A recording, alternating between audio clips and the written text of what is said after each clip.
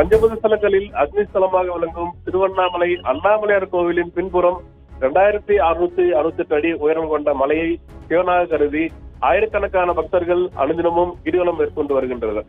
இது மட்டுமின்றி சிவனே கதி என்று இல்லறம் துறந்து சுமார் 300க்கும் மேற்பட்ட சாதுக்கள் கடந்த பல ஆண்டுகளாக கிரிவல பாதையில் வசித்து வருகின்றனர்.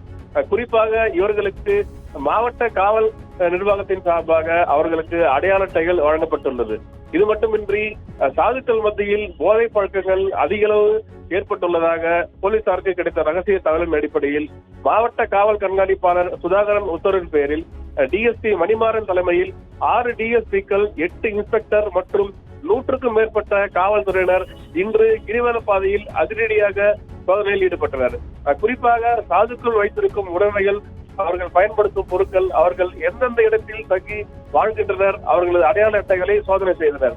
மேலும் இந்த பகுதியில் பெண் ஒருவர் கஞ்சா விற்றதை தொடர்ந்து அவரை கைது செய்த காவல்துறையினர் மேலும் கஞ்சா புழக்கங்கள் இருக்கிறதா என்று அதிரடி சோதனையில் ஈடுபட்டனர்.